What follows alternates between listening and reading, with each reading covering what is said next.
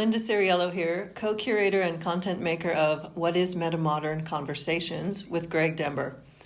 For this episode on disambiguating the term metamodernism, we're actually sharing a cross post of a recorded conversation from back in September 2023 that was hosted by our friend Scout Wiley, originally for their podcast, The Oscillator Stone. Scout is a colleague of ours in the Metamodernism Research Network and also has been affiliated with a community of thinkers known as the Liminal Web, who use the term metamodernism, albeit in what we consider to be a different way from the broadly accepted sense in which it's discussed and defined by academics and arts and culture journalists and the like. So Scout got a few of us together, Greg and myself and another colleague, Tom Drayton, to talk with her about these disparate usages. And just by way of orienting you a bit more to this conversation, it was initially intended primarily to engage that other community, the Liminal Web. And people who affiliate with that grouping are generally interested in things like spiritual evolution and transhumanism, and personal development and how these topics intersect with contemporary politics and meaning-making issues. So those are some of the topics you'll hear us speaking about. And we figured that because it was a good conversation, it very well may be of interest to our followers or to other people who have a general interest in metamodernism. So hence the cross-posting onto our channel. For more information on Scout's podcast, you can refer to the show notes. And thank you for checking out our channel. We hope you enjoy this episode. If you get something out of it, put a like on it, follow our channel, and/or please leave us a comment here. Hello and welcome everyone to the Oscillator Stone. I'm very excited to have you all on. Linda Ceriello, Greg Dember, and Tom Drayton are all people that whose work I deeply admire, and people that are just heckin' cool in general, even separate from their work. So thank you so much for being willing to be on here and have this conversation, which is very deeply complex. Thanks for having us. Thank you, Scout, for hosting.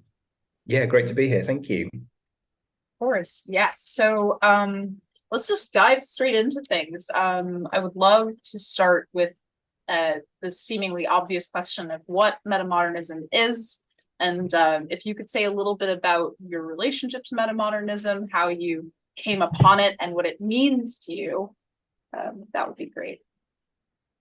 Should I call names? Would that make it easier? I think so. Let's start with Tom. Tom, how did you come across metamodernism, and what is metamodernism in your view?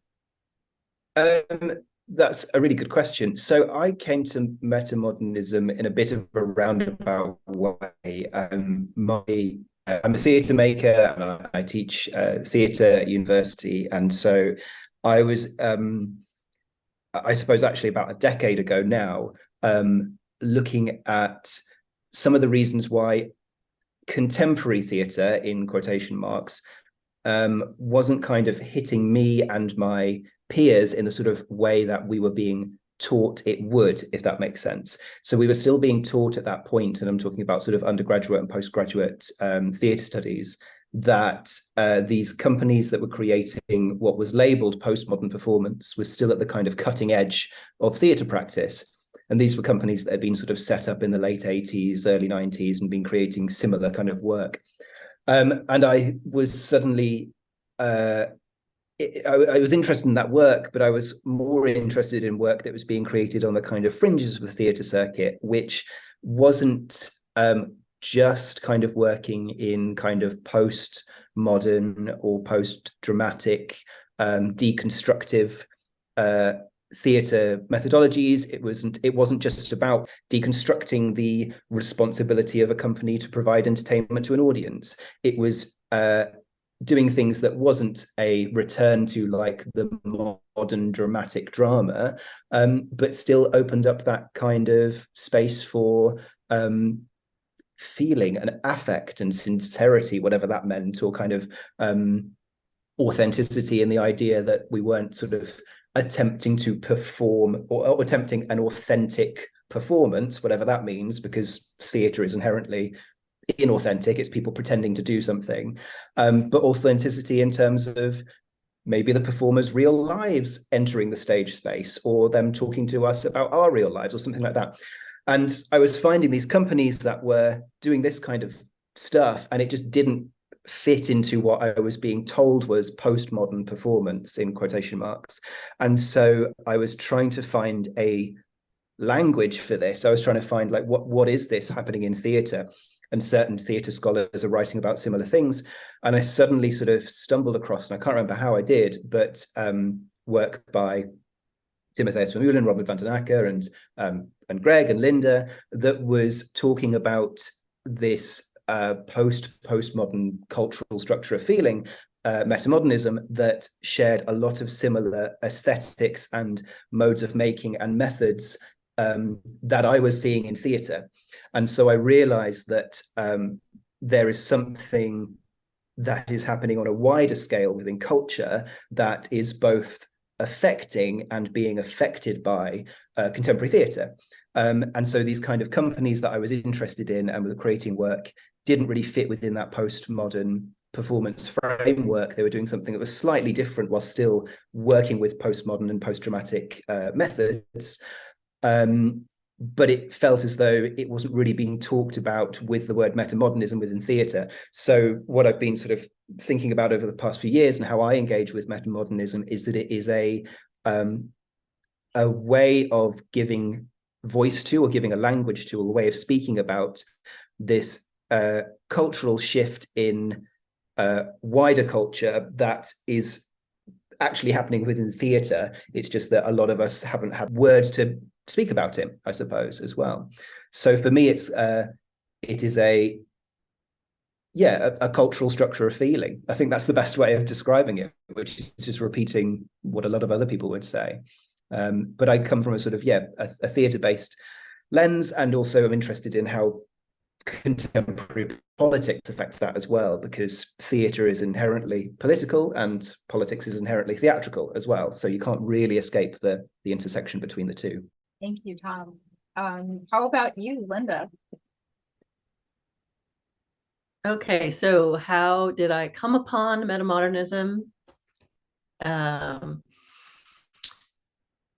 That happened in concert with Greg, actually. We have overlapping biographies in this respect, which is that we were both observing culture in a really quotidian way in some ways, just looking around us and going, have you noticed this? In fact, Greg kept calling me and going, have you noticed this shift in vernacular, in a kind of humor, a kind of song lyric or style of writing music? And then I was going, oh yeah, and what about these literary works that they feel like they're eliciting kind of a different feeling? There was some kind of different sensibility, was a word that we, when we came upon that word, cultural sensibility, which is part of the metamodern kind of vernacular, I guess, that really helped to say, yeah, because it seems to be culture wide. It didn't seem to be something just shifting in one small corner of culture.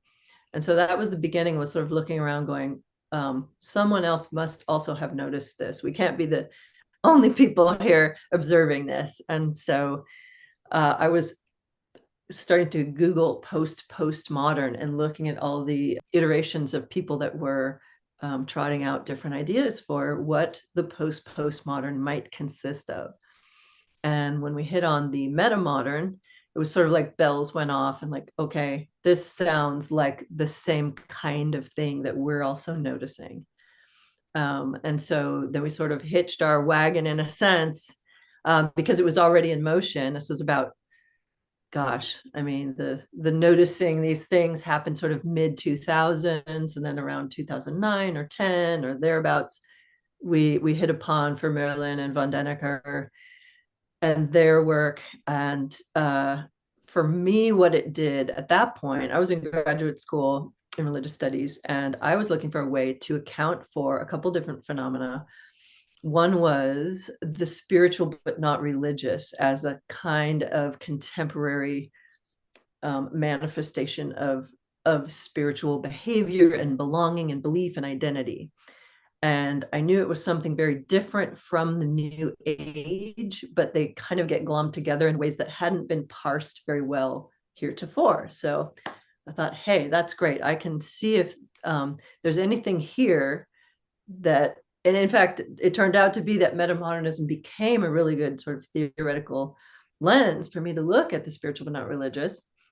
And then the other one was things that I didn't immediately think were related, but found out later I really felt like they were related, was, and I'll give just an example, was performances like Russell Brand's comedy, in which there's a component of spirituality that's being brought into the public secular space in a way that just didn't seem like it was allowed a handful of years ago. It just wasn't done. It wasn't acceptable. It was lambasted by people who couldn't tolerate meaning, or they couldn't tolerate, true beliefs and things like that. And so again, it was sort of like, what's happening here? Why is this acceptable, culturally speaking? Why are celebrities talking about their mystical experiences, and why are there so many television shows and films and a huge amount of cultural production around the supernatural, but not by way of sidelining it, by way of welcoming it into a kind of, we don't know what this is, but we're going to be with it, instead of we're going to shove it to the side. So anyway, that's maybe a short answer to what got me going with metamodernism. Thank you, Linda. All right, we'll pass it over to Greg. How did you first come upon metamodernism? And if you could also describe in your terms, what exactly is metamodernism? What are we talking about here? Okay, I'll try to wrap that into it. So I'm going to take it further back. I was in college in the 80s. And so not only was postmodernism kind of the dominant theoretical story being told in like a bunch of different classes and different departments at the time, but the actual culture, the movies that we saw, the bands that we liked, the stand-up comedians that we followed, etc., were just solidly postmodern, and we liked it. It was fun. It was like speaking to like what was on our minds, and that was the structure of feeling. But so my college buddies and I, though, and we barely, and the term postmodernism was kind of being introduced, in fact. So it was like, oh, there's this thing, postmodernism. Okay, I think I understand what they mean by that. And then we, then the question was, well, if it's postmodernism, then someday is there going to be a postmodernism? And that was like pure speculation. It was just sort of like nerds being like really literal about, language. Like, what would that be? And then after college, like in that first year after college, my friend John got all excited, and he clued me into this musician named Jonathan Richman, who'd actually been a cult figure for a while, but we were just discovering him.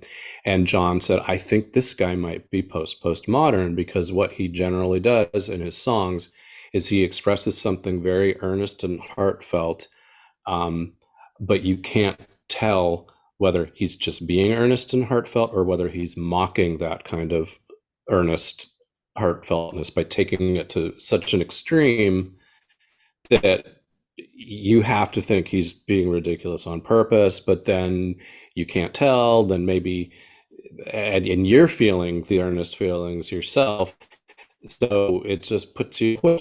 And I didn't have the verb to describe it, but you oscillate between interpreting him in a kind of postmodern ironic way and in a sincere, earnest way. And it does something that seemed kind of special. And then we kind of were like, is there anybody? And it didn't seem like anybody else was doing that at the time. So I just kind of had that tucked away at the question, like, will this ever become a widespread thing? Fast forward to the 2000s, and suddenly like there were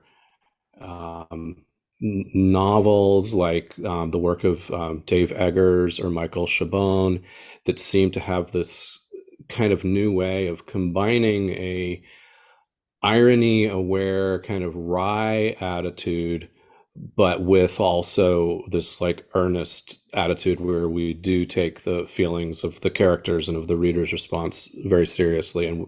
And I was kind of noticing this thing coming up in music with artists like Sufjan Stevens and Elliott Smith and Ben Folds and the band Rilo Kiley, and in film, and in all these different areas. And so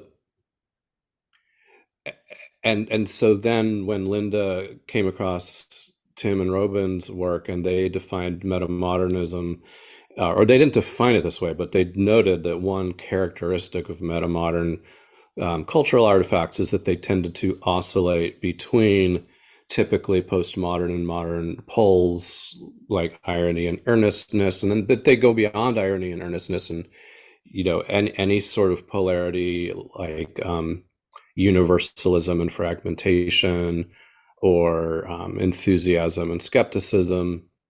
And they noted artworks that were behaving this way as well.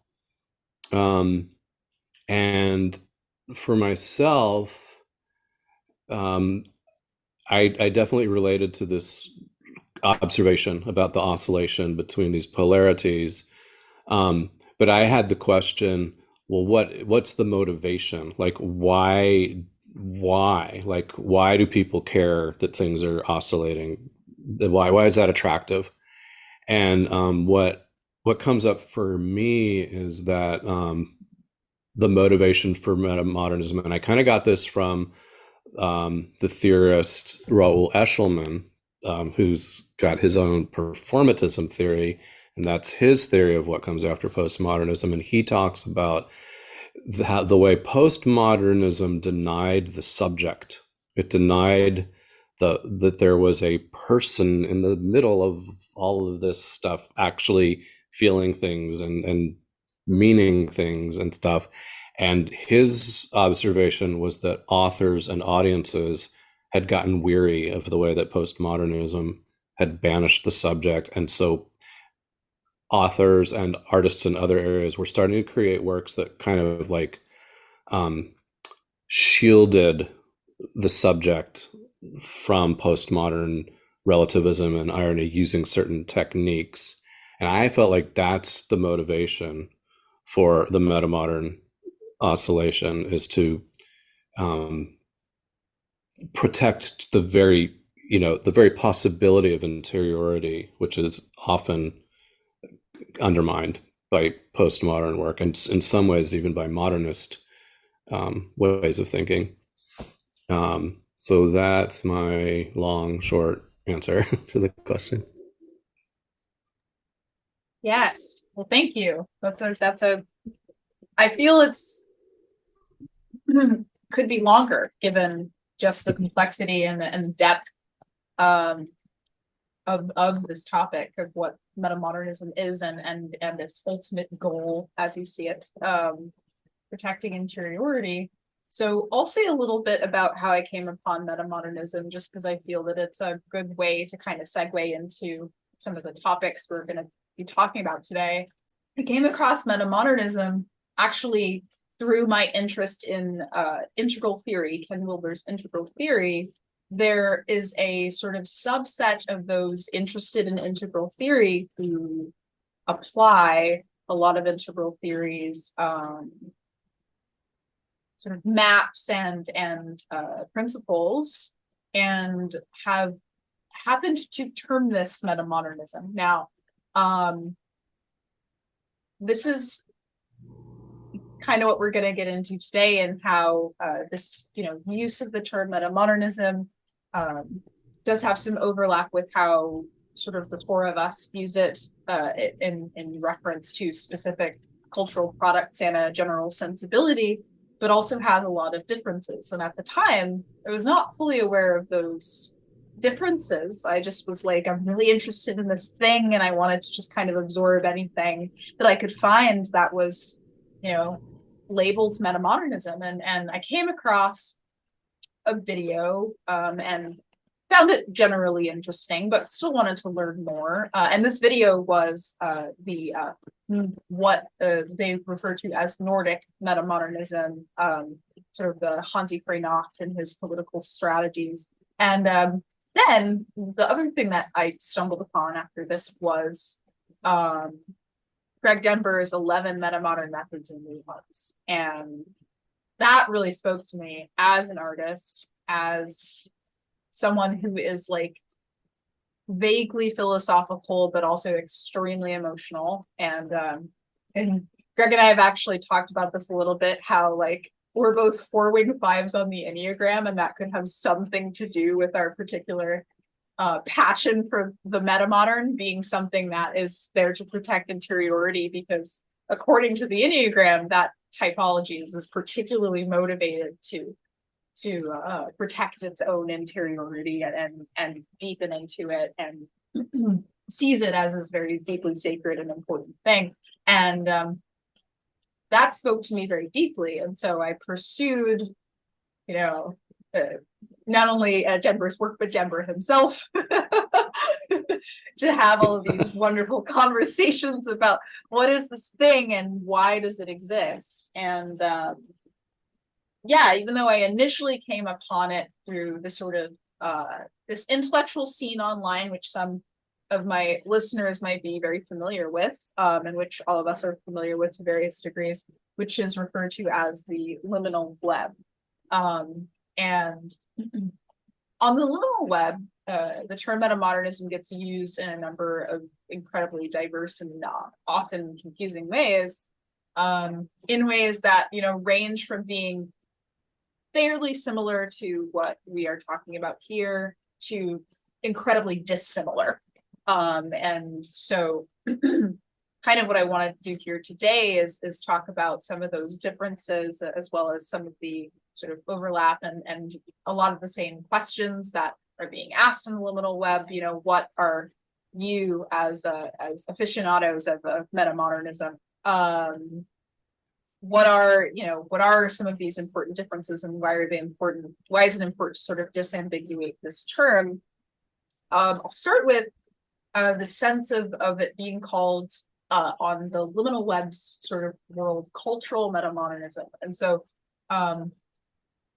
we all have an interest in metamodernism as what we would phrase as a cultural sensibility. So can we dig a little bit more into what exactly a cultural sensibility is? What does it mean?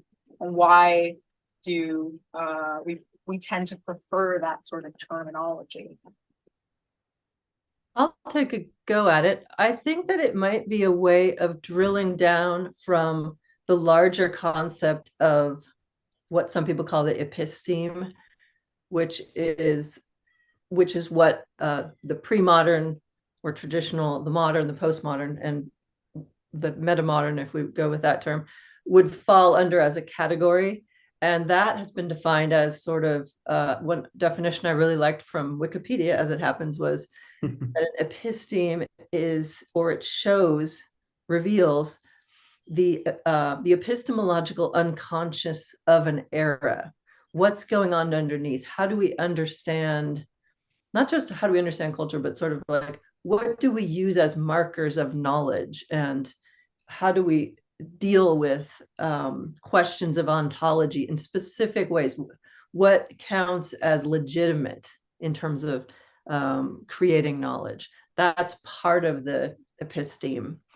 And so then I think if we what was the actual question asking about cultural sensibility? Yes, okay. So then if we go from there and we start looking around to see where does the episteme manifest in cultural products, and why this one but maybe not that one? Why does this one seem to reflect a postmodern epistemic kind of worldview? Some people would use that term, I suppose, to substitute for episteme. And why does this one seem different? Again, with like, what's different here? So the cultural sensibility would be sort of like, would include the aesthetics and the underlying, that je ne sais quoi, you know, that thing that's so hard to describe, but you feel it, you sense it, you respond to it. Someone else tag team from here. Well, yeah, I wanted to maybe help by clarifying. It's not like this special little discussion happening in, esoteric corners. It's in popular film and popular music, and in the ways that advertisers and marketers choose to promote products, and in slang and in sense of humor. And there may be some kind of a pattern where the sensibility first emerges kind of more among avant-garde, hipster subcultures for sure, but then it spreads out, and it has spread out to the culture at large. And then circling back, you can even then also observe that the esoteric, scholarly, abstract people who are making theories devise their theories in ways that seem to be evidence of the metamodern sensibility. So philosophies like object-oriented ontology and such have something in common, with the music of Billie Eilish and TV shows like BoJack Horseman. Can I be really on the nose and bring it back to theatre here, if that's okay? So I love the term episteme because I think it is really great for sort of historicalizing, for want of a better word, postmodernism and metamodernism, in that metamodernism, even though we can sort of go back through recent-ish history and sort of find elements of cultural artifacts that might I suppose in some way relate to how we describe metamodernism when sort of postmodernism was rife, that kind of stuff. An episteme is a really great idea of kind of going, well, metamodernism only sort of exists in sort of relation to it being after postmodernism, which only exists in relation to the fact that it was after modernism, if that makes sense. But I really love the term structure of feeling, and this is partly because it sort of stems from the sort of author and cultural theorist Raymond Williams, who came up with the sort of terminology in his book. I think the original was Drama from Ibsen to Eliot, and then Drama from Ibsen to Brecht when he kind of redid it, to kind of trace in his time the development of naturalistic drama, sort of the kind of recreation of real life as much as possible, which is incredibly modernist. We're talking about directors like Stanislavski and that kind of thing, who are really kind of taking Freudian psychoanalytics and sort of going, okay, well, how do we really create real people in these characters? To expressionism, which is, the sort of German expressionism of Brecht and stuff. And he uses that idea of structure of feeling to kind of go, well, look, if we kind of look at one performance by one director in this sort of slice of a movement that's sort of shifting from naturalism to expressionism, it's really hard to see this development, right? It's really hard to see this kind of genre of drama, for want of a better word, evolving. When you sort of take a step back and sort of look both in a broad sense, but also in terms of like how things make you feel, it's a lot easier to kind of see that development. We kind of see those shifts. And of course, like to sort of take that idea from a shift in, we can trace that lineage of a shift in drama. It's very easy to see the difference between a Chekhov play, for instance, and Brecht's Mother Courage, and the kind of difference in terms of how they related to an audience. But he was trying to sort of look at that way of taking that. He talks about embodied related feelings, which I think is really good to kind of go back to in terms of this centering of the felt experience, or the sort of protection of how we feel as an audience or a maker in these kinds of things. And that, yeah, it's harder to sort of see it within those constituent parts, but when you kind of focus on feeling and look at it a bit more broadly, and it feels a little bit less academic, but a bit more how we sort of work as artists or makers as well. You can kind of start to begin to see these connections, and for me, of course, that stemming from a theatre scholar background is really interesting in terms of how it's then got a larger cultural application. But then you also have theatre scholars like Katie Beswick, who uses it to kind of understand class within the sort of 21st century. The British class system isn't the same as it was in the 20th century at all. It's very different, and we don't really have an understanding of how that is. And so she sees it as a sort of structure of feeling in terms of working class feeling, and who is working class in that sense. And I would also use it to understand generations as well. I'm very interested in how certain political and economic structures have affected particular generations and the metamodern kind of epistemal structure of feeling. But generational research is inherently flawed and generalizing and exclusive in some ways as well. And so when we start to look at it very, very specifically in terms of age cutoff points, somebody born in say December the 31st, 1985 is not inherently different to somebody born in January the 1st, 1986, right? But if we look at that idea of a structure of feeling to understand the generation, we can start to again take that idea of those embodied related feelings that kind of are connected in a sort of larger way. So I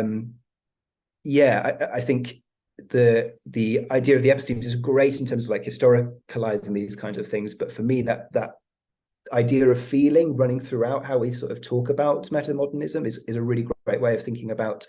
For me, that's the crux of it all is how we feel, and I will feel that something is different to a postmodern cultural artifact, and that's the first inkling of it. And then sort of metamodernism, or the sort of writing around it, or the language of metamodernism, allows me to describe and understand maybe those reasons why.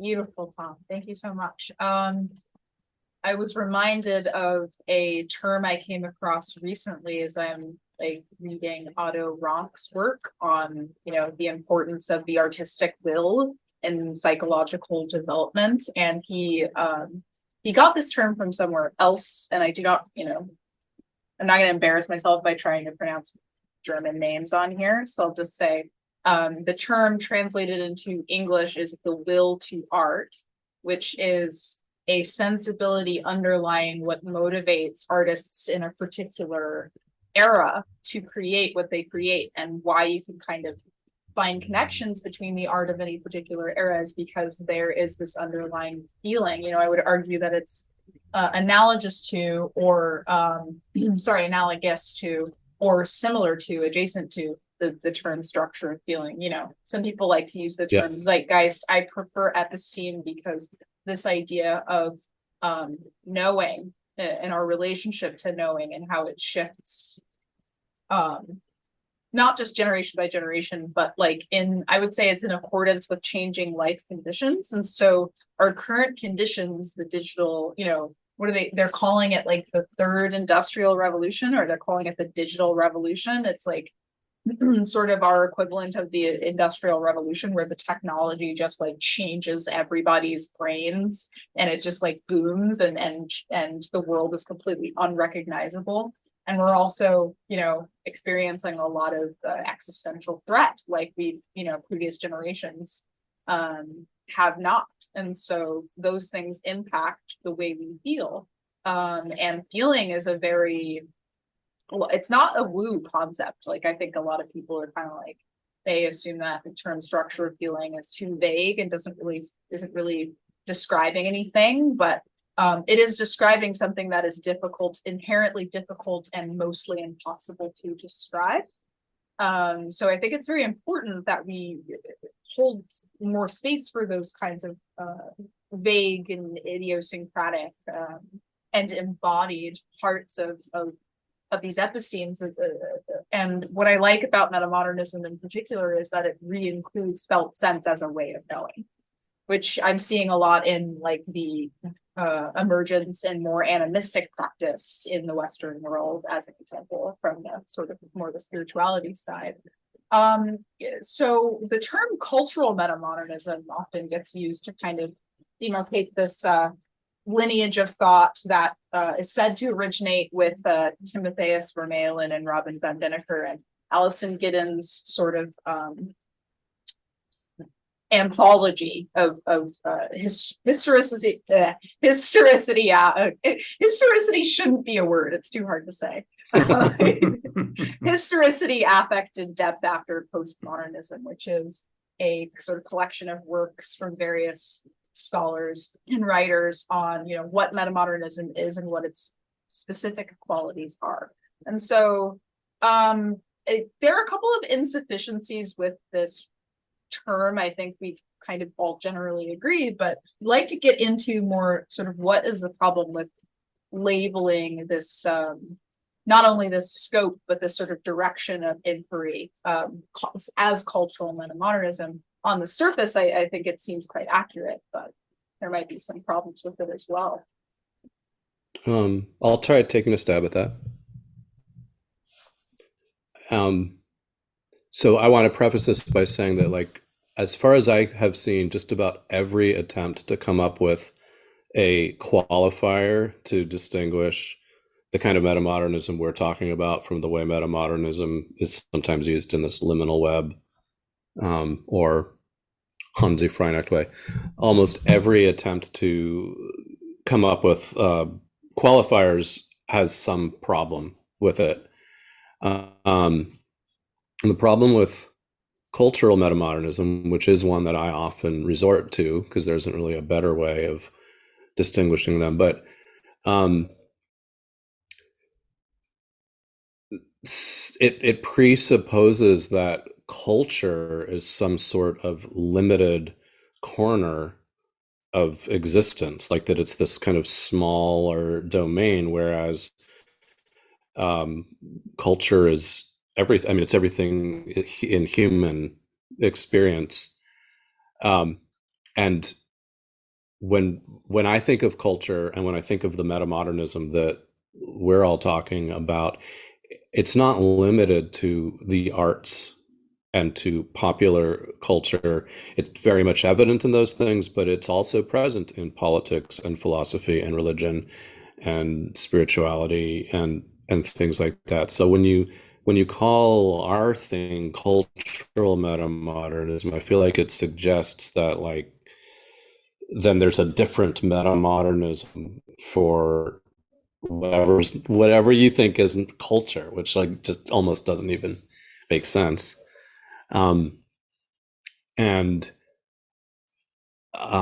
This is sort of hard to say, but you know, I think from our like most of the people who are doing research in metamodernism, in what you might call cultural metamodernism, aware that there's a group of people using the term in some other way.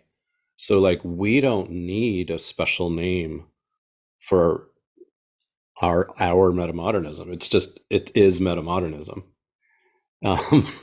So if you have to have qualifiers, cultural metamodernism is maybe like the least bad one compared to, say, descriptive versus prescriptive, or academic versus popular, or some of these other ones.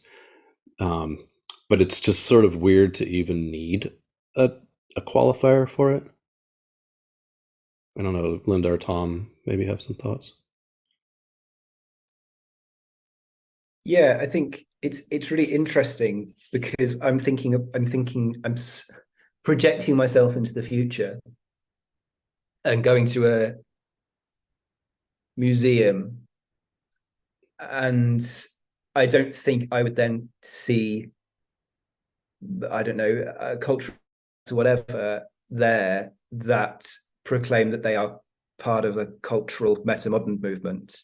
You know, I go into the Tate Modern and I see things that say, you know, this was this is a postmodern artist or artist in the postmodern period. And I know I'm being very specific about like going to a place that houses culture, but like, what's the archive going to be in the future? Yes, it will be scholarly thoughts and books and stuff, but the sort of what's the popular history is cultural artifacts, because that's not, culture isn't created in a vacuum. It's created, as Greg says, as part of the wider structure of feeling, I would argue, and I teach practices of research at our university, and which is about the idea of the work that happens, say, in a studio in which you're creating performance or dance or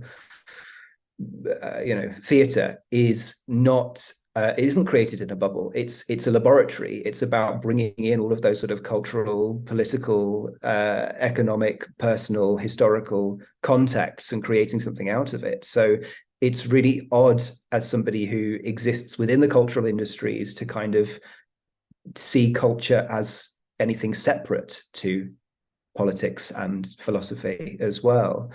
I see it as a way of getting into that wider understanding, a door to accessing that wider understanding, and inherently reflecting it and summarizing it in certain ways as well, rather than a separate entity. Yeah, I would echo that as well, that something that we, and this is sort of the royal we about people who like to study metamodernism, have been fascinated to observe, as I mentioned before, is that this time period seems to be one evidencing certain noteworthy different epistemic components to it, since about the late 1990s. And these are the type of things that are discerned by looking at cultural products. So this is why it's in some way, I'm sort of perplexed by when metamodernism gets sort of tacitly sidelined as being called cultural metamodernism, as if it's only about art or culture studies, as if that's a kind of discrete, small little enterprise.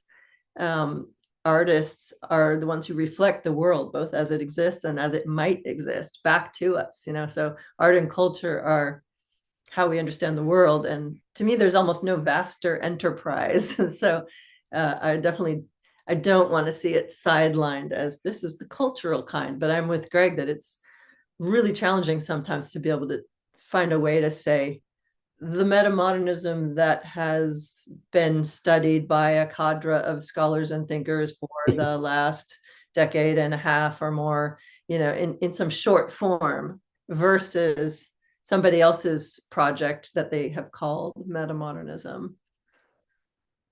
Yeah, the other are, I think the broader issue with any of these ways of coming up with cultural metamodernism versus political, or I don't even know what the other one would be, as like this distinct from, maybe they say developmental cultural metamodernism versus developmental metamodernism or whatever. Any of these, they kind of presuppose that the two different things share something in common, that they share the same essence, and that, well, there's one group of people who are taking that essence and applying it to our culture, and there's another group of people who are taking that same essence and they're applying it to developmental theory, or they're applying it to political theory.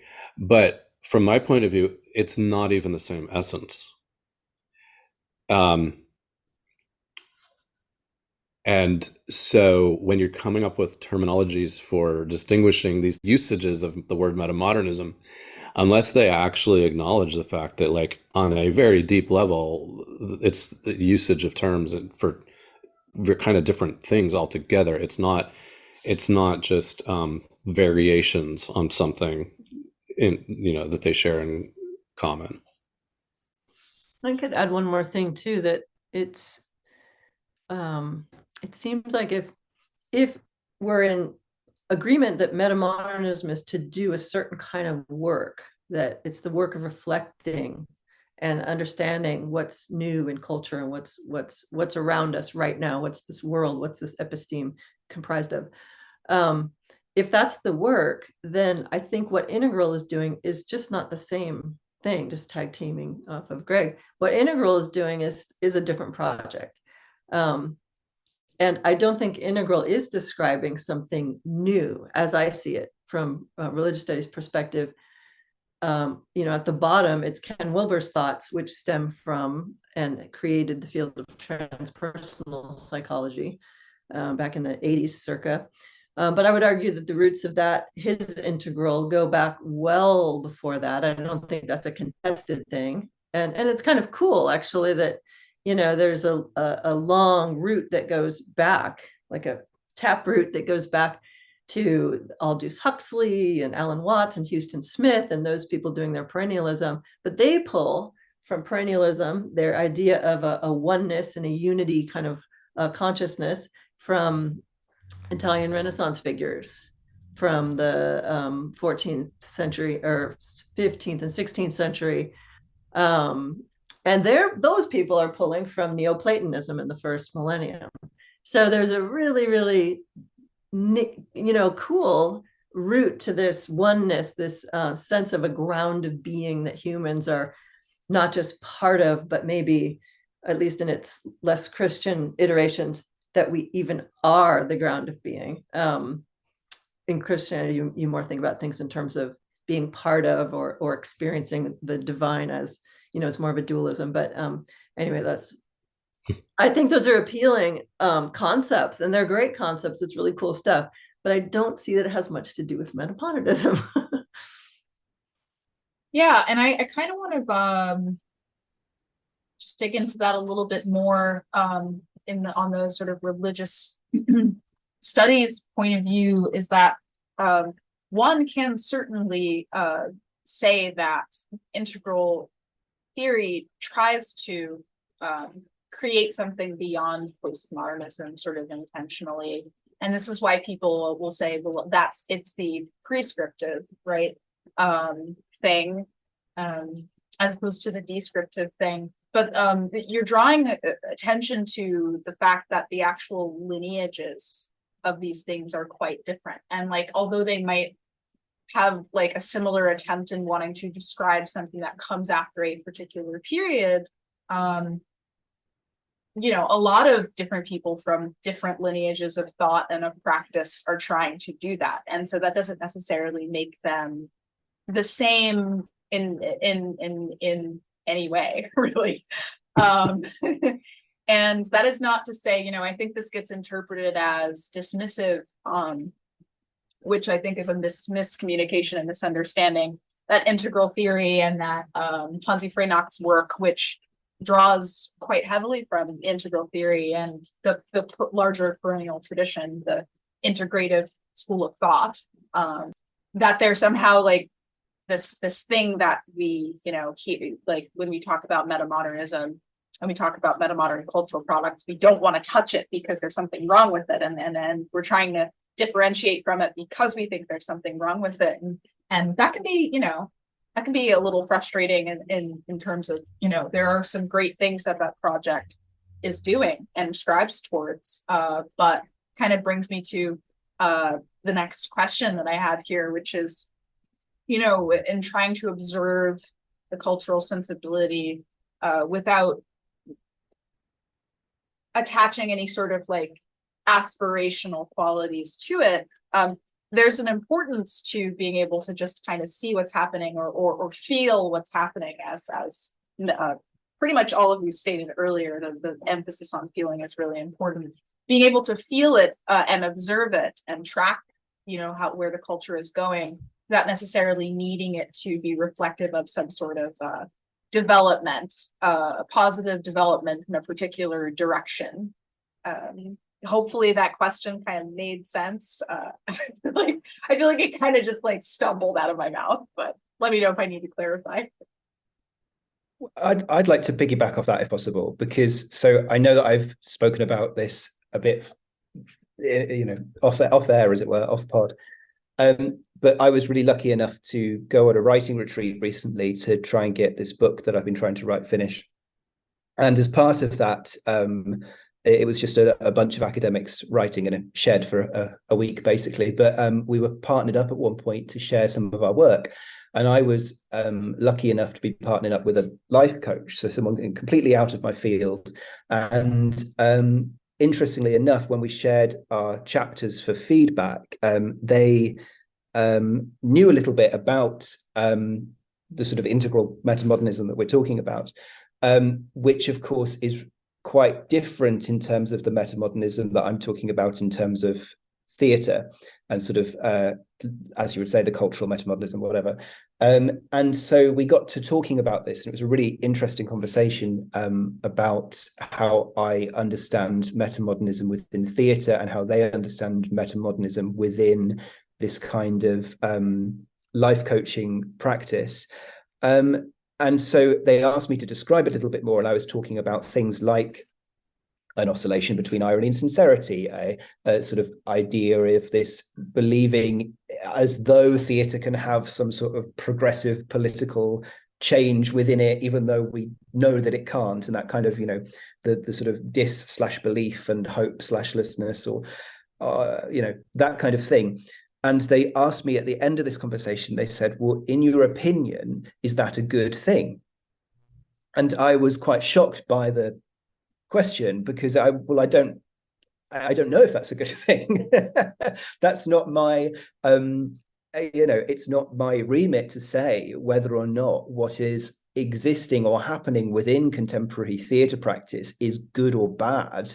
There is work that I see that I find good, and work that I see that I'd find bad, but it's also not that's not what I'm looking at it for. And the way that was more interesting is it extended into sort of how I would understand metamodernism within politics, and I'm sure we can go into that later if useful. But again, it was that kind of question of, well, is that a good thing? And again, it's like, well, I don't know. Like I'm not here to proffer an understanding of, are we heading in the right direction, as it were.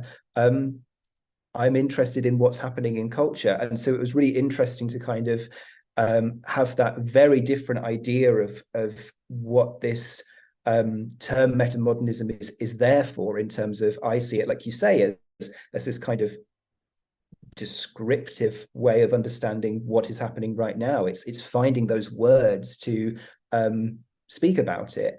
It's not. And I do wonder if this is slightly off tangentially, but I do wonder if this sort of comes back to a little bit of Luke Turner's Metamodernist Manifesto, which was published quite soon after Tim and Robin's first article, which of course is, it sort of satirizes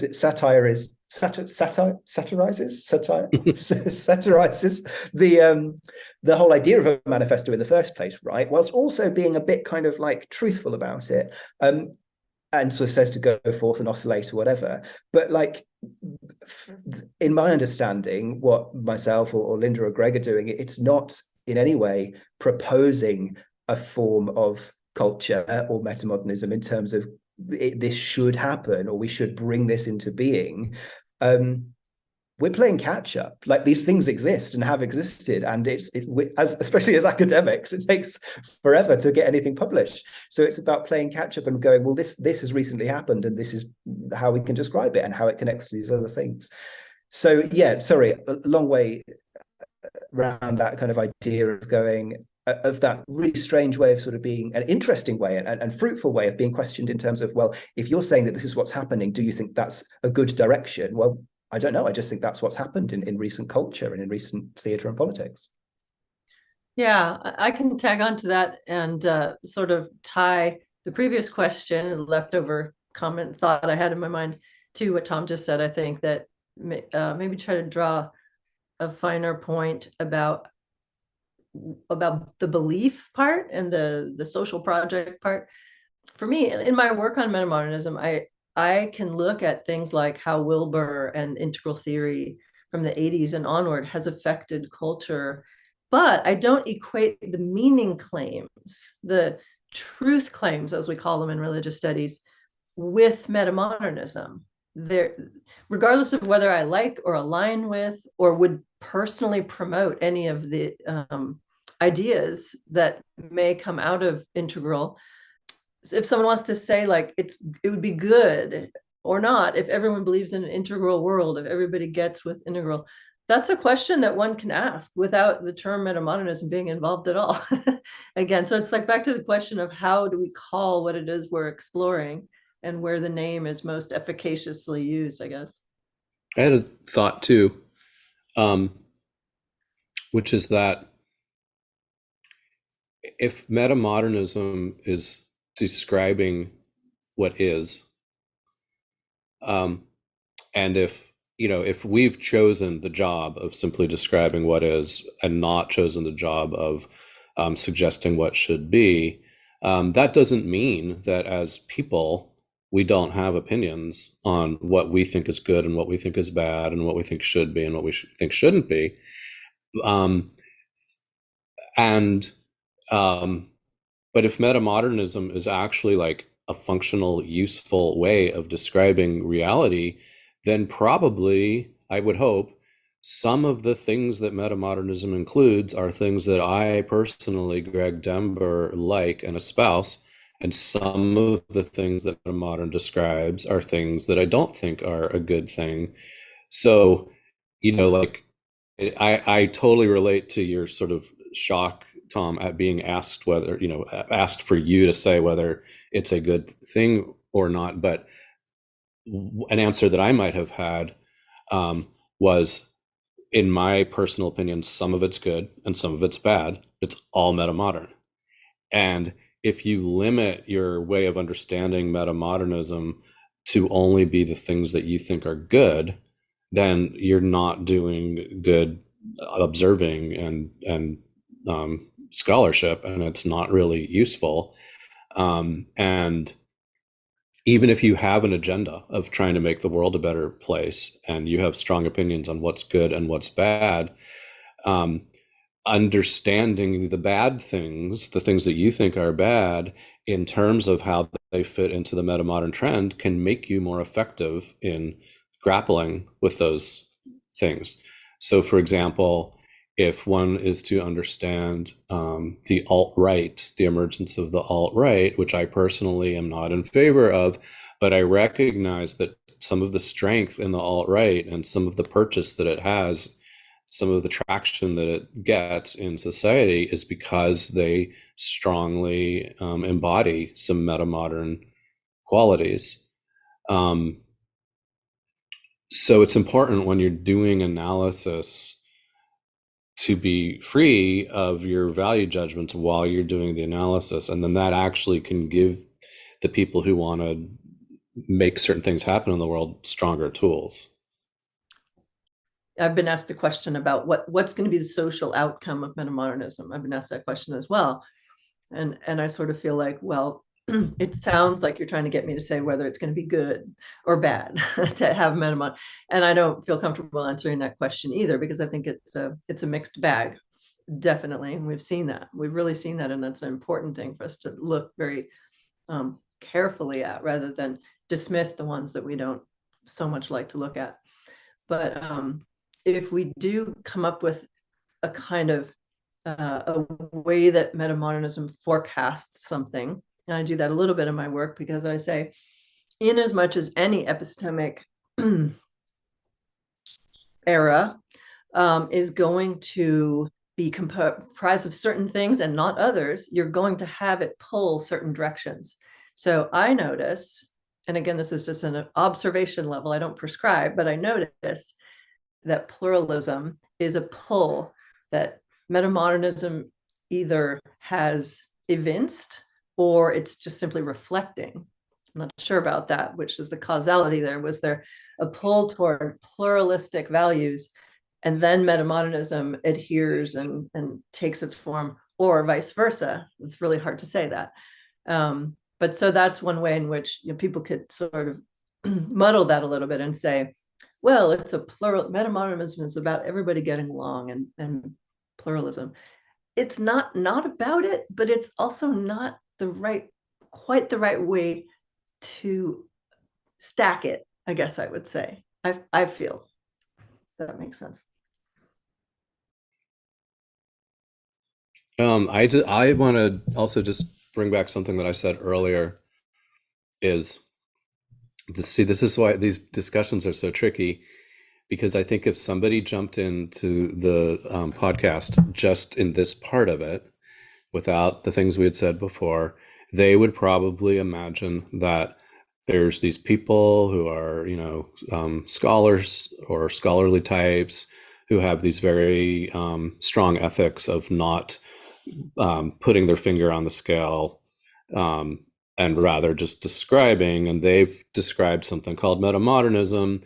And then there's this other group of people who are more proactive, and they've been inspired by the first group, but chosen to actually turn it into action and use it to make the world a better place. But that's not what's going on. The other group, the second group, are it's not descriptive versus prescriptive. They're not prescribing the same thing that we're describing. I just want to remind people of that. They're not being political about the same thing that we're being descriptive of. They're not being developmental about the same thing. They're being political, prescriptive, and developmental about all other thing. They're just also using the word metamodernism to talk about their other thing. And that's the central issue to me. Yeah, well, I'm just excuse me. I'm just going to jump in there and bring up the next question this actually helps me kind of bring that question in more, because there was something that Tom said earlier, when talking about, what is metamodernism in your view and how do you get into it, is that theater is inherently political and politics is inherently theatrical. And so, we should probably talk more specifically about metamodernism that we're talking about here and its relationship to the work of Hansi Freinacht. And for clarity purposes, I'm going to refer to Hansi Freinacht's work as the work of Hansi Freinacht and not metamodernism. And I'm going to refer to what we're talking about as metamodernism, just for clarity's sake. So to get that out of the way, the work of Hansi Freinacht is kind of what, when we're talking about this other metamodernism that is doing that, as Greg so wonderfully put it, is being prescriptive and developmental about the things that they're being prescriptive and developmental about, not the same things that we're being descriptive about when we use the term metamodernism here. It's really important to talk about some of the key differences between these things, because they are really difficult to frame in a short conversation, and I anticipate we'll spend a bit of time on this. So strap in, folks, because it is, in my understanding of it, and what I've read on the blog and in the book, there are many books, but I'm specifically thinking of the Listening Society. It is a work that is in the sort of school of thought of, as Linda said, perennialism, but also sort of a combination of like secular spirituality and integrative thought applied to the realm of politics, with some of the principles of the metamodern sensibility as described by Vermeulen, von Denneker, and Gibbons, a little bit more idiosyncratically, a little bit more, shall we say, molded to its own. It's basically its own version of those things, and not necessarily I wouldn't say it's like the prime example of the metamodern sensibility. But can I jump in? Yes, almost. Okay. I didn't ask the question yet. What is the relationship between the works of Hansi Freinacht and what we're talking about here when we say metamodernism? Okay. Yeah. So I think what I was going to jump in with answers that question. So what I would say is, rather than saying that their work is their own kind of unique idiosyncratic version of the metamodernism of Vermeulen and van Denneker, and that the three of us and you as well, Scout, are interested, rather than saying it that way, I would say that their work is a slightly metamodern reboot of integral theory. It's taking integral theory and presenting it in a way that is more appealing to a kind of metamodern mindset, largely just because of the sort of playfulness of the whole thing being created by an author who actually doesn't exist and is a pen name for two other authors, and the style of this fake character Hansi Freinacht's delivery is sort of playfully arrogant, and and so the reader maybe does kind of have a metamodern response to like being like, well, it seems serious, but maybe it's all just a big joke or whatever, that type of thing. There's a little bit of that in there, but the content and what's being taught is not metamodernism. What's being taught is, from my point of view, a repackaging of integral theory, which, as Linda pointed out, has existed long before the metamodern period emerged, and has roots that go way, way back. So that's what I would say. Yeah, I think Greg brought up something really interesting there, which is that the sort of character of Hansi Freinacht is very much this, for me, is a very sort of metamodern performance, to bring it back to theatre again, but is this idea of the sort of reapplication of a wise, bearded philosopher sage writing from the Swiss mountains to sort of impart this information from, in a kind of quite contrastingly quite sarcastic way as well. It's an interesting metamodern performance. And I mean, one of the things I should address, obviously, if anybody gives me a Google, is that my doctoral thesis was called something like Towards a Listening Theatre, in sort of an application of some of, the Hansi stuff, in terms of, taking that, the Listening Society name for it, because I'm going to be quite blasphemous probably to some of the people that are really interested in that. But for me, the kind of distillation of some of the politics of the Listening Society is about, I think the authors say something like, we get closer to the truth if we create better dialogues. And throughout my doctoral thesis, I was really interested in the kind of theatre that was about dialogues between audience and performer, I suppose, in a sort of equal footing, this kind of leveling out kind of audience and performer and stuff. And for me, the kind of politics in that, one of the things I always remember from that book is really like, if everybody had access to a therapist from childhood, like how that would have an overall net positive affect on, society, which is, I'm all for, obviously. But for me, this kind of idea of metamodernism in terms of describing a structure of feeling, like, relates to so much more of current politics, and not just this kind of idea of developing towards a better version of society, but, as Greg says, like, encapsulates so much of like the alt-right as well. For me, like, it's quite hard to sort of talk about positive politics in some ways, because there isn't that much of it at this point in my point of view as well. So like, I see metamodernism being reflected in a lot of the kind of like quite negative politics as well. For me, it's like, I can't ever sort of remove myself from being part of the millennial generation. I think that has such an effect on who I am as a theorist, as well as a sort of artist and a person as well. But for us as a sort of generation, and for everybody at that kind of stage, the sort of prosperity and relative peace of the sort of 1990s, and particularly within Britain, when we had Tony Blair's New Labour come in, that sort of, he used the song "Things Can Only Get Better." It was really kind of like this optimistic space, and to be sort of raised within that space as sort of teenager, young adult, whatever, getting into sort of teenagehood around that point, childhood, teenagerhood, whatever, the idea of sort of coming into your formative adult years, as the millennials did, sort of post or during that sort of global financial crash of the 07, 08, disrupted that idea of stability and that idea of growth and that idea of development in terms of economics and prosperity and sort of social betterment in that kind of sense.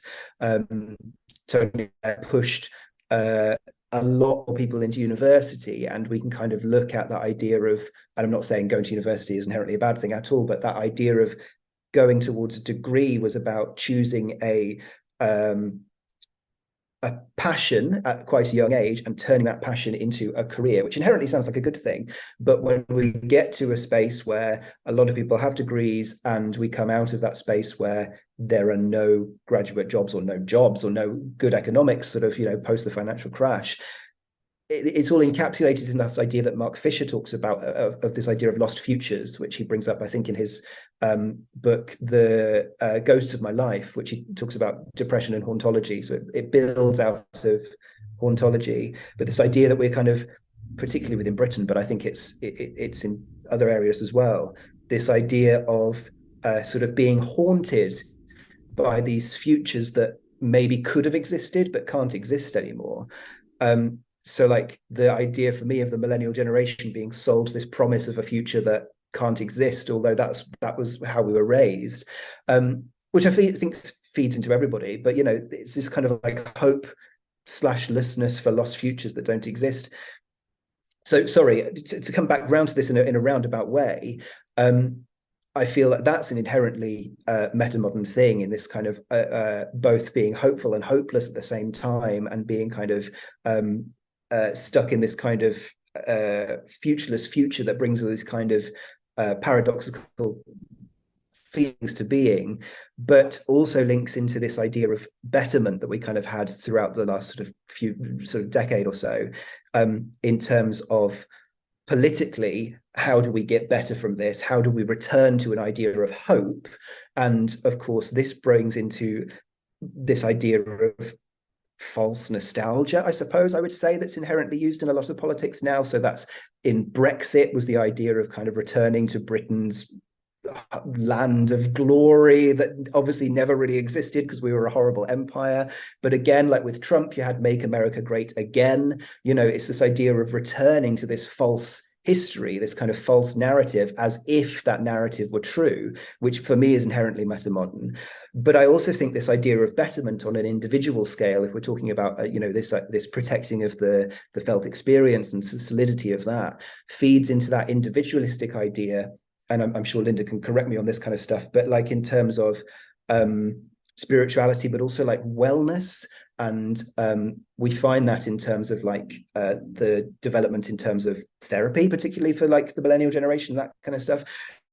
So for me, that kind of wellness funnel into conspiracy also links into QAnon, which I think is an inherently metamodern phenomenon, in that it's based on this idea of a mystery that people can solve, this kind of like godlike figure of Q passing on these nuggets of information. And it's built through this participation between people in Web 3.0. But through that, and I want to draw on Greg and Linda's thinking about this idea of what I would say narrative, but this idea of life as movie, in that these people suddenly become the protagonists, not only in their own lives, but in that kind of like save the world kind of politics. And that idea of the belief in a meta-narrative as if it were true, this kind of like meta-narrative of Pizzagate, or this meta-narrative of Q or Donald Trump, So for me, all of these kinds of personally, what I would see is quite negative forms of politics that lean towards, in different degrees, the right, are elements of the metamodern structure of feeling. And so in that sense, describing the politics of metamodernism or metamodern politics is encompassing a much wider variety of politics than I think, and I'm not the expert, but say the Listening Society is describing. And that's what I'll say on that topic. I actually want to just briefly kind of jump off of that point in regards to development. And so Hansi Freinacht's work is very focused on developing society. There's a lot of the earlier book is dedicated to using the sort of Nordic countries as like a prime example of sort of this is not necessarily the society that Hansi is talking about, or the Hansi Frenak writers are talking about,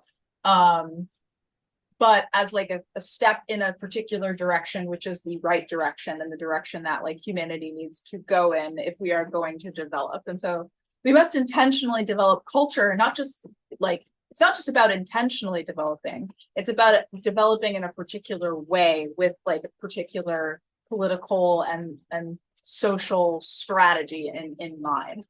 And what you're kind of saying, Tom, and what I think we're all kind of saying here in regards to politics and metamodernism is that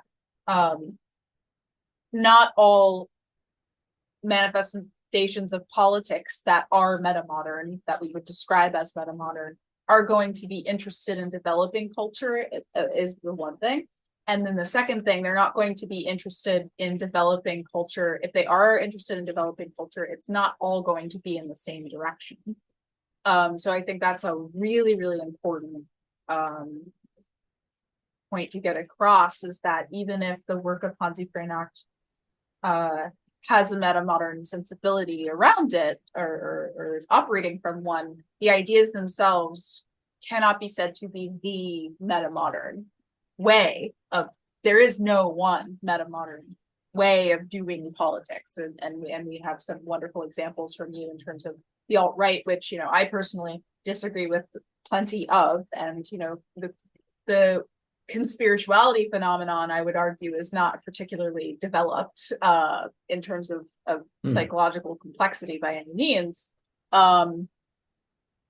Yet it still is an example of the metamodern sensibility. So it's really important to note those things and to include them, even if we might have a distaste for them, as was stated earlier. So thank you, Tom.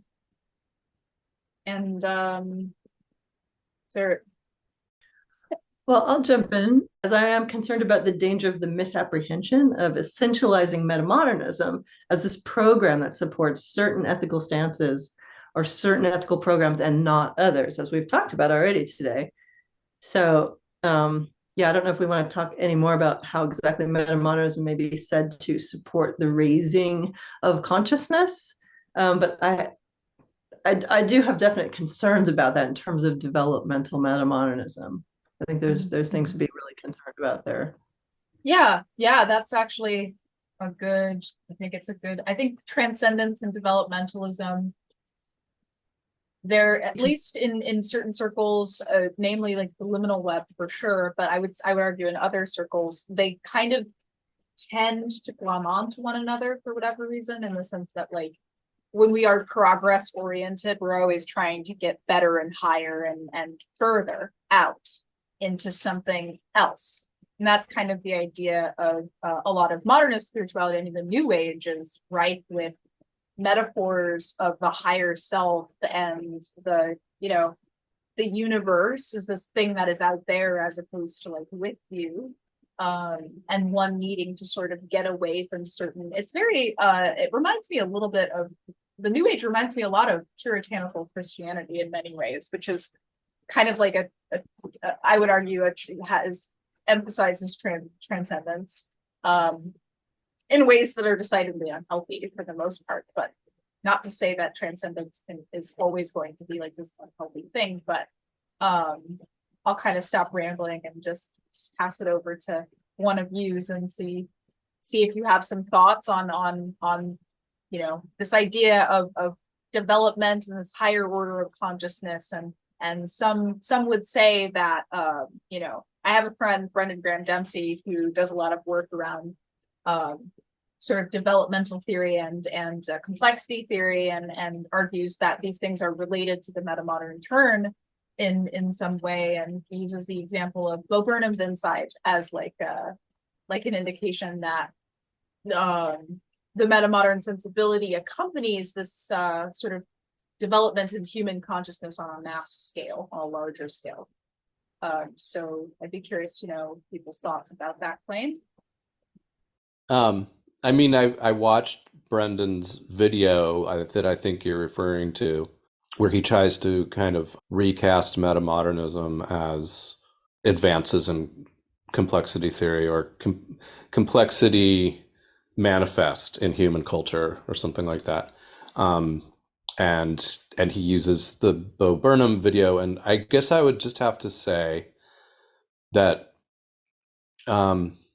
he picked one segment of the entire Bo Burnham special that kind of works for the point he's making, but I actually don't even think that it. So to me, overall, what the Bo Burnham video is doing, and Tom might have some corrections here for me, but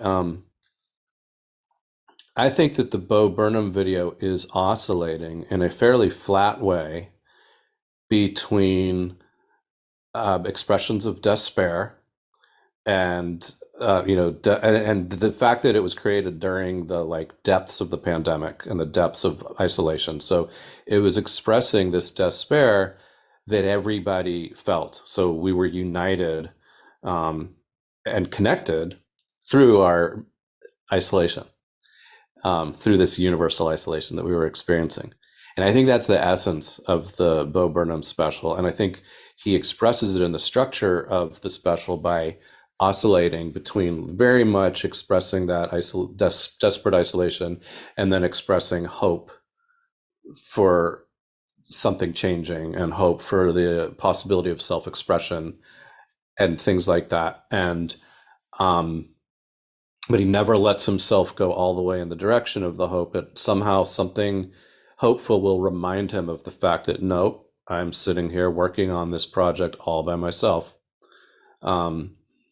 That's the main thing. And so it's this oscillation going back and forth. It's not like the way Brendan characterizes, it's not this kind of like cascading or expanding series of reflections and then getting to a higher stage and then reflecting on that. There is the segment that Brendan picks where Bo Burnham does this kind of takeoff on reaction videos where he starts with just giving a little lecture or singing a song that is kind of a little lecture about interning. And then he makes a reaction video to that, and then he makes a reaction video to the reaction video. And Brendan construes all of this as sort of like each reaction video is coming from a higher stage. But the way I read it was more like it was just Bo Burnham demonstrating the excesses of reflection, like just the excesses of self-consciousness and the way people become anxious through just ongoing reflection. And then ultimately he turns the whole thing off.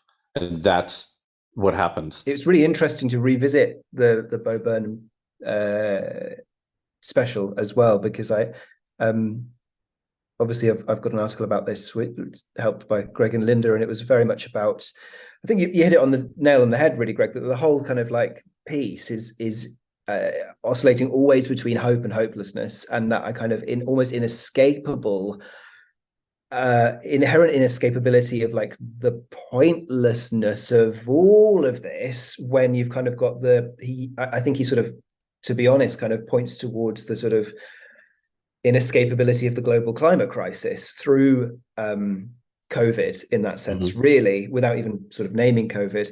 And of course, that kind of brings that kind of oscillation between the interior and the exterior as well. But it's all about the kind of, for me, the sort of in/authenticity of it all, the sort of inauthentic and the authentic, because it sort of uses methods of trying to portray an authentic experience through the pandemic that is inherently inauthentic, because of course Bo Burnham didn't live in a shed like for the whole pandemic. He's got a partner and a dog and a mansion. You know, he's a millionaire. So that's not the real existence. But it's about performing that idea of an authentic experience that, as you say, was relatable to so many people throughout various lockdowns and stuff. And of course, he then again like critiques that by coming out on stage at the end of it, and it's all like a sort of really rubbish stage space. And it's, for me, like, yes, you can kind of and I focus on that. This was really interesting. I hadn't seen this video until you guys spoke about it, and I watched it, and it was really interesting to see that they'd focused on that very specific point, because in my article about Bo Burnham's sort of metamodern response to crisis, I focus on that as a kind of micro metamodern moment, I suppose, because it does kind of explain what I would see as kind of metamodern sensibilities within a sort of short snippet of a piece. But for me, like, the whole thing is about being sort of critiquing the idea of critiquing, but because, you know, there's song verses that sort of suddenly talk about the previous song verse or that kind of thing. So it filters throughout the whole thing.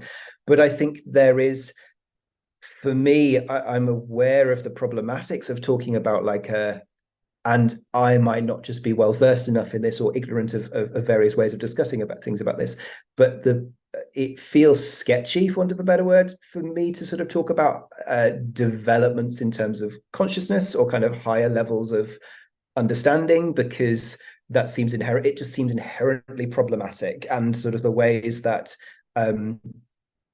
I would understand that is that I mean, Greg said this incredibly well when he was last on this podcast about like metamodernism feeling like ways of describing fashion, or like the ways of describing this kind of thing, in that like you can look back at changes in fashion over a period and you wouldn't say that any of those fashions are particularly more advanced than the other. They're just different ways of doing it.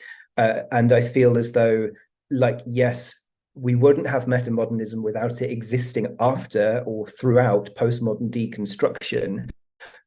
But I think tying different ways of expressing, I suppose, like feelings and thoughts through cultural artifacts to a kind of like higher level of development seems just inherently problematic in regards to if we're saying, well, this is more developed than other forms of culture or culture from other places as well. So I don't know, you know, I don't think I've got anything particularly exciting to say about that at all, but I'm just really aware of the kind of problematics of that, and it might just be that I'm not well versed enough for that kind of thing.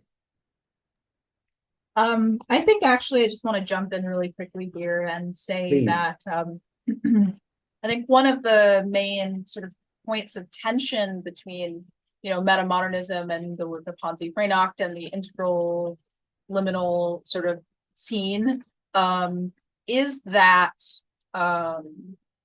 these sort of statements of problematizing developmentalism as a practice, as a scope of inquiry, as a framework, means one is inherently against the idea of development itself. And so I just want to speak to the fact that a lot of the work that I do is not developmentalist in nature, but you know, because I do work on like ritual process, and so ritual process is actually deeply important in order to understand development, because you can argue that like humans developed ritual at a certain point in our evolution, and it was evolutionarily advantageous, and you know, you could see that as like a progression, a positive progression for humanity, in like some sort of direction of our consciousness expanding and through levels and what have you.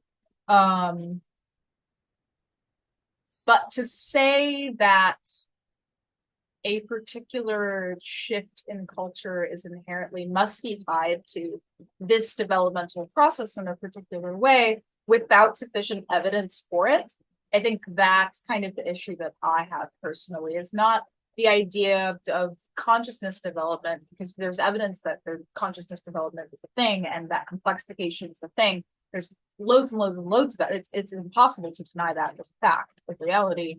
You know, it is an act of humility to say, I am not sure how that plays out in terms of how culture develops, because every time you've had some sort of entity or institution claim that a particular cultural sensibility was more developed, this is how you get cast things like caste systems and genocide. And so, with, you know, I think people argue that that's a little bit of a slippery slope, that it's a little bit dramatic to claim that these things are linked, but we can clearly find many examples throughout history that these things are linked. And so if we're going to talk about developmental things, if we're going to talk about human consciousness development, which is still an emerging field, it's not like an established field.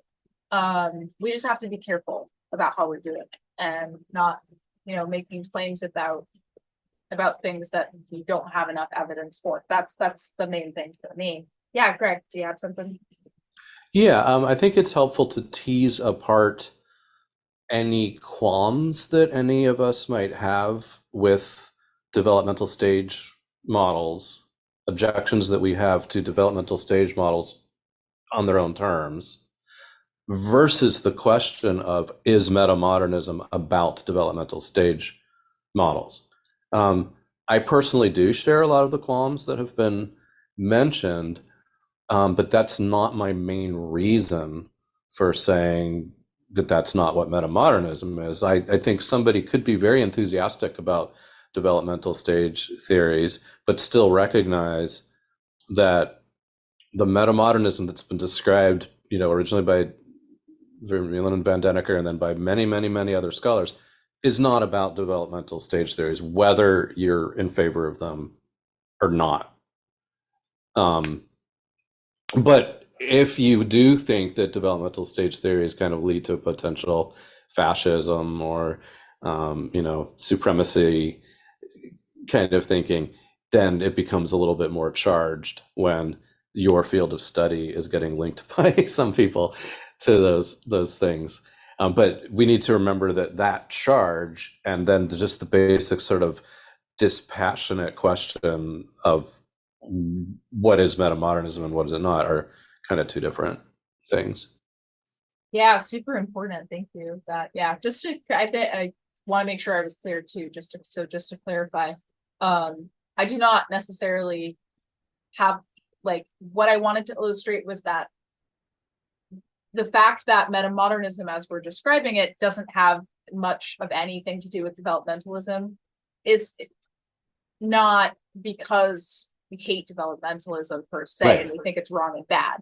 It's in part for me because when you marry those two things, sometimes bad things do happen. And it's just not what we're talking about, Well, it's also yeah. Well, it's also because if what we're using the concept metamodernism for is to describe contemporary reality, to describe the moment that's going on in culture, we don't see a lot of films and songs and novels and television shows, etc., that are like exploring the notions of how people advance through stages of consciousness and stuff. That's not the thing that's out there to describe. There might be a few here and there. Or there might be some. That ain't it. I don't see them as metamodern either. So that I would agree that there's something about developmental stage theory. There's a disconnect for me about why that would be metamodern. And obviously that's because where I'm coming from, metamodernism is defined differently, and that's just the end of that story. But I do get a little confused sometimes. I'm not in the social sciences, I'm in the humanities. And most of the subjects I'm interested in don't rely on testability. They're meaning centric in nature, felt states and noetic truths and so forth. Those don't really work well with reductionist readings, in my opinion. But I think developmental theory belongs under the umbrella of psychology, which is a social science. And yes, I don't see that I see some, just like Wilbur, I see like prolific synthesizing and theories of everything and wondrous conceptual playgrounds that appeal to a lot of us to think about. But in the end, they're like, those are really cool ideas. And that's why, for example, Wilbur is not used in the academy very much for that reason. So you can't build on him because he doesn't play well with others. He doesn't incorporate the ideas and the scholarship of everybody else. He just says, here's my big idea. Here's my monolithic programmatic idea. And that doesn't, I just try to situate that. Like, is it social science? Is it psychology? I don't know what it is, but I know that it's something different from when we're doing our metamodernism scholarship, where we're building we're like cooperative, we're building ideas together, we're sharing our notions, disagreeing sometimes on certain components or whatever, but in general, we're kind of sharing a space and developing it together. Mm-hmm. So it feels like something we can build on. In a sense, you can put a house on that and you can keep working on it, but I don't see that I could build on Wilbur, or I could build on some of these other iterations of what are calling themselves metamodernism very well. So I think actually to close us out, we can tackle the topic of some of the pitfalls of sort of, again, as Greg said earlier, it's really difficult to describe these things without accidentally marrying them more than they really are, or giving the appearance of more of an affinity or similarity than is actually there. But when we talk about metamodernism, and we're describing these this cultural sensibility and these particular qualities, and then other people use the term metamodernism to describe their projects, which have considerably different qualities, different goals, and just a lot of differences. How does that impact the work that everyone is doing? I can go ahead and answer this question and just say what I've observed in the past, going on 2 years now, and being involved in the Liminal Web sort of intellectual scene, which is a interesting and eclectic group of people who are have like a wide range of interests, and mostly just kind of get together to like talk about those intellectual interests and see what the overlap is. But a lot of them happen to be interested in complexity science, integral theory, things like game theory, and AI, and just everything, basically. Using the term metamodernism to describe something that is so sort of wide-ranging to the point where the joint points aren't super clear, I've noticed that creates a lot of confusion for people, and they go and they stumble into this, as I did. They stumble into this thing, they'll see maybe Greg Dember's Metamodern Methods in the Arts, or they'll see Luke Turner's Metamodern Manifesto, and they'll, maybe not really be clear on what is being communicated through those mediums, because the term has already been associated with this kind of loosely defined, mildly connected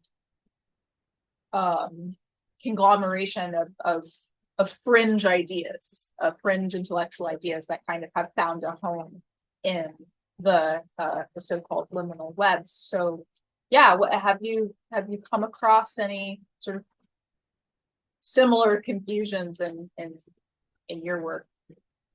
My question.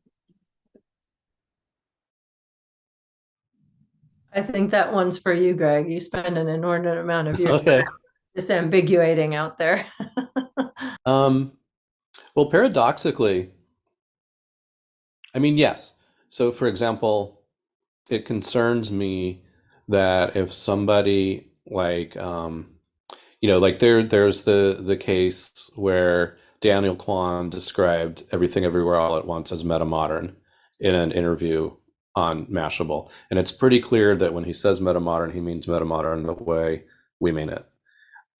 So let's say somebody read that article and they're like, oh, that's cool. I liked Everything Everywhere All at Once. I'm interested in that. And this guy calls it metamodern. I want to learn more about that. If they Google metamodern on page 1 of the Google results, about half of them are our kind of metamodernism, and about half of them are the other kind of metamodernism. And if they happen, either they click on one of the other kind of metamodernisms, and it's just going down in this direction that, isn't what they started out on, or they click on many of them in both groups, and they're now in this big puzzle because it doesn't make sense that all of this stuff is one thing. And somehow it seems like in the academic world, people have remarkably just been able to sort of ignore the Hansi liminal web metamodernism and just kind of stick to the path mostly, although not entirely, But paradoxically, I almost wonder if it's more of a problem on the liminal web side, because I have seen I've been in some of these forums, and you'll often have somebody commenting in the forum and says, like, I've been reading this for a while, and we're talking about a liminal web forum. They'll say, I've been reading this for a while, and I've kind of come to the conclusion that you guys are just confused and metamodernism means nothing, because I see this thing, but then I see this guy, Greg Dember's 11 Metamodern Methods in the Arts, and that doesn't seem to have anything to do with what you other guys are saying and all that. And it would actually be to the liminal web's advantage even if there's diversity of what they mean by metamodernism within their ranks, if they didn't have to also try to account for the fact that there's all of our side of metamodernism as well. And I think that our side is more honest about saying it's two different things, where I feel like the liminal web somehow feels beholden to try kind of have this synthesis triumphalism where they feel the need to come up with a way to include all of these meanings of metamodernism, and it doesn't hold up. And so it's turning away people who actually are discerning thinkers who otherwise would be attracted to the liminal web. That's my 2 cents. It's a hard act to follow, Greg. Did it make sense? Because I'm not even sure it made sense. It did to me, but I'm biased because I know the liminal web really well, so I probably shouldn't even answer that question. Do you feel, Scout? Oh, go ahead, Linda. No, it wasn't important. Go ahead. Well, Scout, do you feel like you could address some of the experiences that you've had? Because I know that, as you described your own journey, you first came across metamodernism in this liminal web context, but then you discovered that it meant this other thing, and that was interesting to you as well. So you're like this person that's got a foot in both worlds. And what is that like for you? Is that something you want to answer or not? Yeah, well, it's a tough question to answer, in part because both are valuable to me. And metamodernism is valuable to me because, although I do acknowledge that as a field, studying metamodernism is more of a observing culture and just kind of taking note of what's happening. I do see it as I personally value it and think it's a net positive turn in a direction that might not be a progression from one stage to a higher stage, but it's definitely what is needed right now.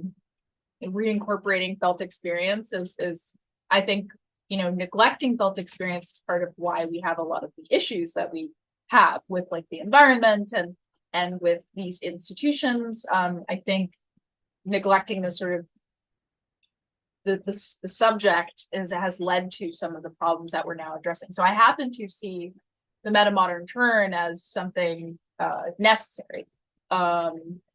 And I also see the sort of understanding of things like complexity and also sort of this chain of being sort of situation and higher order sense making. I also see that as very necessary. I just acknowledge that they are different things. And the work that I do is informed by a little bit of all of it. And that, I think I see a lot of people on the liminal web as sort of like eclectic thinkers like myself, syncretists, people who like don't really belong in any particular specific place. And so they have kind of found a home with other people who are like this. And the desire to kind of have things be cohesive, I think, unconsciously motivates people to see connections that are not always there, and this is a human flaw. This is not just specific to to any particular school of thought or intellectual scene or what have you. It's not just a thing that happens to religious people either. Apophenia, it's called. It is just a thing that actually has helped us survive this long. This has kept us on this planet. Being able to see connections between things that might not actually even be there advantageous. And so I do think there's a lot of apophenia as far as like really, really wanting things to be connected, because integral theory says that it's good to see that. And we're in the network age. And so interconnectedness is like the thing, you know, that, and I think that that's good in many ways, because we've neglected relationality, especially in like the Americas and in the American culture. We were very focused on individualism. We're very focused on like picking things apart, and that more sort of modernist way of approaching things, as like, if we pick things apart, we will find the truth, and the true essence of each thing must be found separately. It's good that people are like wanting to make connections between things rather than focus on separating and differentiating. But that lack of differentiation has led, I think, a lot of people, myself included, to not really see things for what they really are. And you know, things can be different and still be valuable, and still have, you know, we can still collaborate if we so desire, despite our differences, or not. And like, that's not the end of the world either. So that's kind of my perspective on it.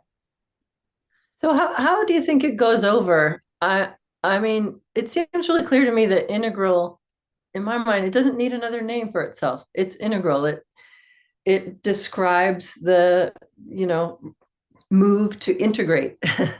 And so I think integralism will continue to exist without sticking the name metamodernism to it.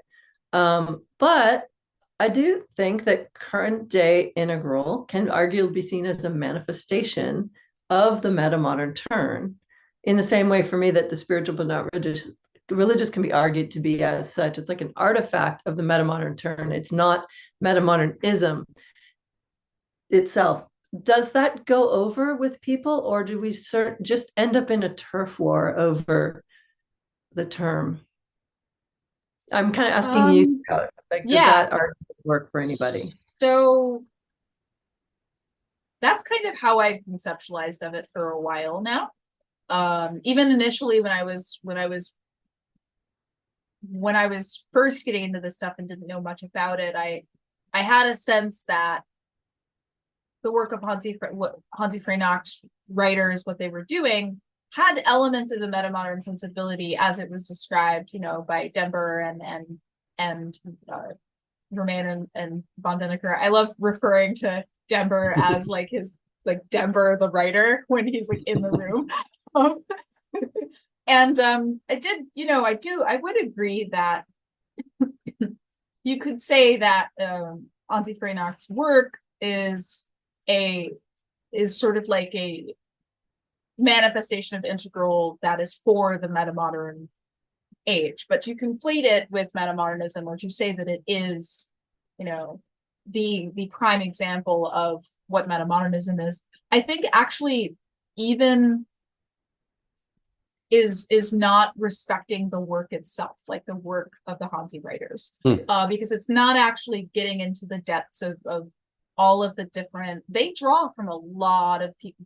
They draw from Piaget, they draw from, you know, Wilbur, but they also draw from like just life experience and all sorts of things. And I think that you're actually, if you are a fan of Hansi Freinacht, who has a lot of really interesting ideas, and I think some of his ideas are really good, although I don't agree with all of them,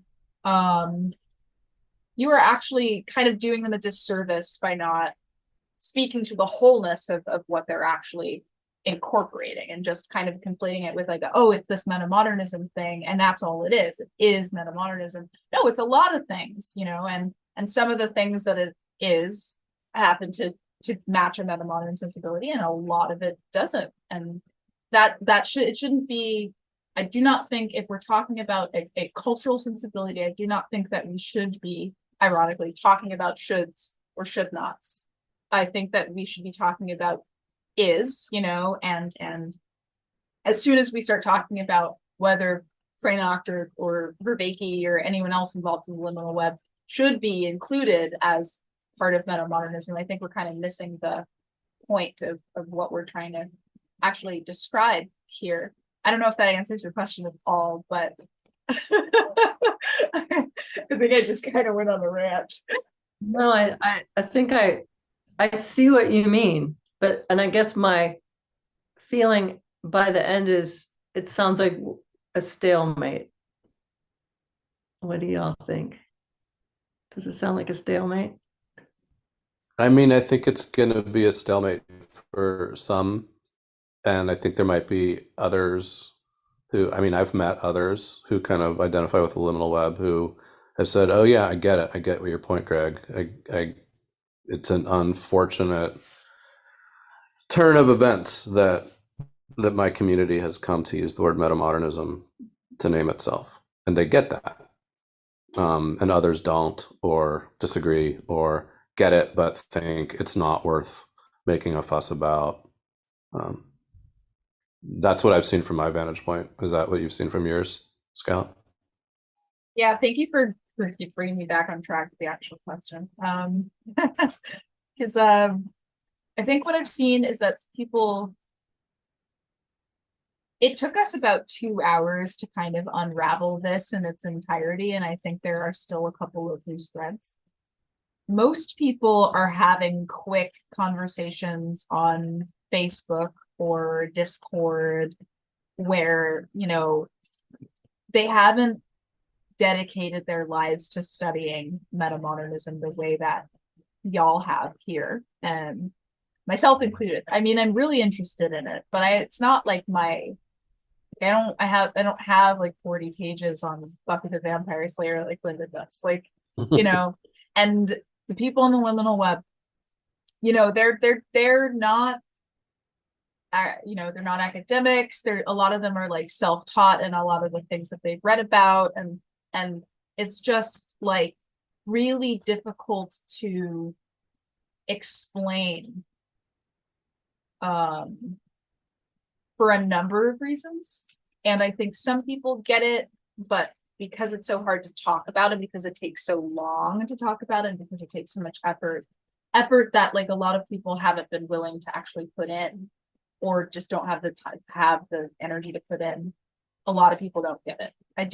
Part of the reason why I organized this was to help the people who like, actually do care and just don't know any better and like want to learn more, or who have like a elegant, well-formed critique that refutes kind of everything that we've laid out here about what we believe metamodernism to be, to come forth and kind of say, hey, here's how I see it, and to actually facilitate more depth of conversation that I feel this topic actually not only requires but deserves. So long answer, not very many people get it, but I do think there's a valid reason for that, and I don't plan on giving up hope anytime soon. Yeah, I would welcome that as well. If there's people out there who you know, we haven't, some point that we've missed that it could be made to find the way out of the stalemate, or if we just sit with the stalemate and just be happy and content with that. And also, if anybody has a better name to distinguish, you know. I like the term post-integral. Greg has used the term evolutionary spirituality, which I think is really eloquent. But I like the term post-integral to describe the liminal web's work, because I understand that the move to distance from integral theory has a lot to do with the particular entities that have put integral to use. A lot of them happen to be cults. And that's not fun, and nobody wants to be associated with cults. But, you know, the actual wisdom, it's unfortunate because there's a lot of actual wisdom if we use it correctly, and it can be a very useful framework. And there are other philosophers that play in the realm of integrative thought that have nothing to do with Ken Wilber, came before him, or have never heard of him and just happen to have the same kind of synthesizer style mind and the way that they pull things together. There are quite a few. I think post-integral is the most accurate that I've thought of, at least. And everybody loves this the prefix post these days, so why not, right? But in terms of the spirituality, evolutionary spirituality works well for the more developmentally inclined, I would say. But we'll see. Unless you're not spiritual. Unless you're not spiritual, yeah. Yeah. In which case, post-integral probably works fine if you're not like into the spirituality element. In terms of specifically what the Liminal Web's doing that they're calling Metamodernism, you know. And Right. these are suggestions. As far as I'm concerned, I think it would be the bigger man move would be for the liminal scene to use different and more accurate terminology, but I also understand that people are very invested in this term metamodernism because it's a very cool sounding word. And Yeah, well, see, I think it was until, and it hasn't actually been as much of an issue as I thought it would until the rebrand of Facebook a couple of years ago. And that happened like as soon as I kind of like signed a contract for a book about metamodern theatre. I was like, then Mark Zuckerberg's like, right, I'm taking that word. And I was like, well, that's going to spoil everything. But actually, it hasn't at this point. But I don't think meta is cool anymore, is it? If, you know, if Zuckerberg's taking it. I think when people say meta, they do this kind of metamodern post-ironic thing where they feel obligated to snicker a little bit, even when they want to use the concept of meta in some actual meaningful way. Yeah. And I think that as far as like Facebook and meta and all that, the fact that the metaverse, which was what Mark Zuckerberg really wanted to pour his energy to, just hasn't taken off. I think that deflated a lot of the Facebook association with the phrase meta. So it hasn't become a problem like I feared it would.